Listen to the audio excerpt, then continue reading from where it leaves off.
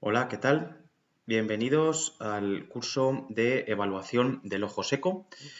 En este primer tema vamos a hablar del resumen y los objetivos relacionados con esta temática de la sequedad ocular.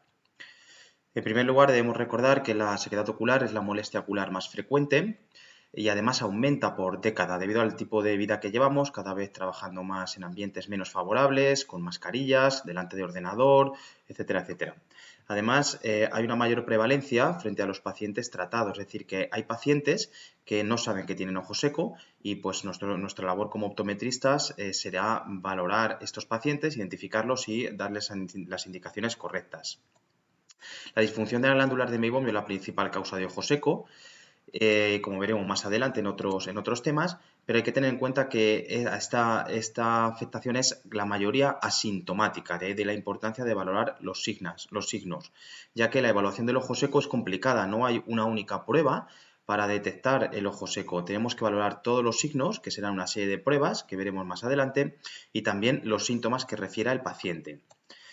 En cuanto a la epidemiología, pues afecta principalmente a personas de edad más avanzada y por un tema de hormonal a mujeres. Y además, una cosa muy importante como optometristas debemos tener en cuenta que está muy relacionado el ojo seco y las lentes de contacto, ya que de los pacientes que tienen sequedad ocular el 50% son usuarios de lentes frente al 20% que no son usuarios de lente de contacto.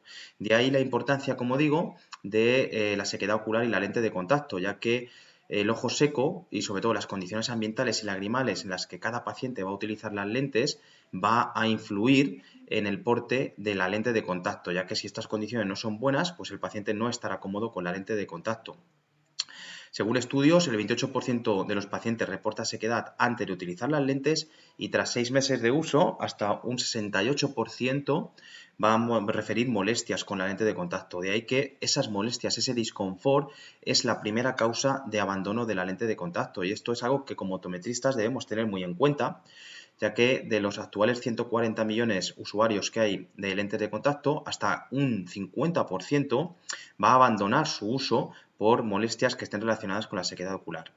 Y esto creo que es muy importante y debemos tener en cuenta que antes de adaptar una lente de contacto, para minimizar ese disconfort y por ende un posible abandono, creo que si esa molestia va a estar relacionado con sequedad ocular, creo que debemos formarnos en la temática de la sequedad ocular para hacer una buena valoración y darle a nuestro paciente unas indicaciones antes de adaptar la lente de contacto y con ello, como digo, pues minimizaremos esos abandonos y mejoraremos el confort, el porte con la lente. Y hay que, para terminar, pues los objetivos como optometristas que debemos tener, los objetivos que debemos alcanzar son, para formarnos en ojo seco, debemos conocer los procesos oculares que desencadenan esta patología. Tenemos que evaluar las pruebas tanto objetivas, que serán los signos, como las pruebas subjetivas, que serán los síntomas, y en función de esas pruebas vamos a distinguir el tipo de ojo seco, evaporativo, acuodeficiente, y el grado o severidad del ojo seco. Y en función de esos resultados y de la tipología de ojo seco, podremos hacer unas recomendaciones a nuestro paciente o si es un ojo seco grave, tendremos que derivar al oftalmólogo para que haga un tratamiento, por ejemplo, farmacológico. Todo ello va a redundar en que vamos a mejorar la calidad de vida de nuestros pacientes, ya que vamos a minimizar esas molestias oculares. Vamos a mejorar las adaptaciones de lente de contacto, vamos a minimizar los abandonos y todo ello va a hacer que seamos pues, mejores profesionales, que nuestros pacientes se beneficien de esa profesionalidad y pues que nosotros nos diferenciemos también del resto de la competencia adquiriendo estos conocimientos. Bien, quiero dejar claro en este primer tema que somos ópticos optometristas, es decir, somos profesionales sanitarios de atención primaria y como tal nosotros podemos abordar la temática del ojo seco desde un punto de vista de una evaluación y unas recomendaciones. Pero como digo, no está en nuestras competencias, ya que no somos oftalmólogos, el diagnosticar y tratar una enfermedad como es el ojo seco. ¿Ok? Porque el ojo seco desde el 2017 está catalogado como enfermedad. Bien, entonces esto lo debemos dejar claro, que sí que podemos hacer pruebas y podemos a nuestros pacientes hacerles unas indicaciones, pero de ahí no podemos pasar.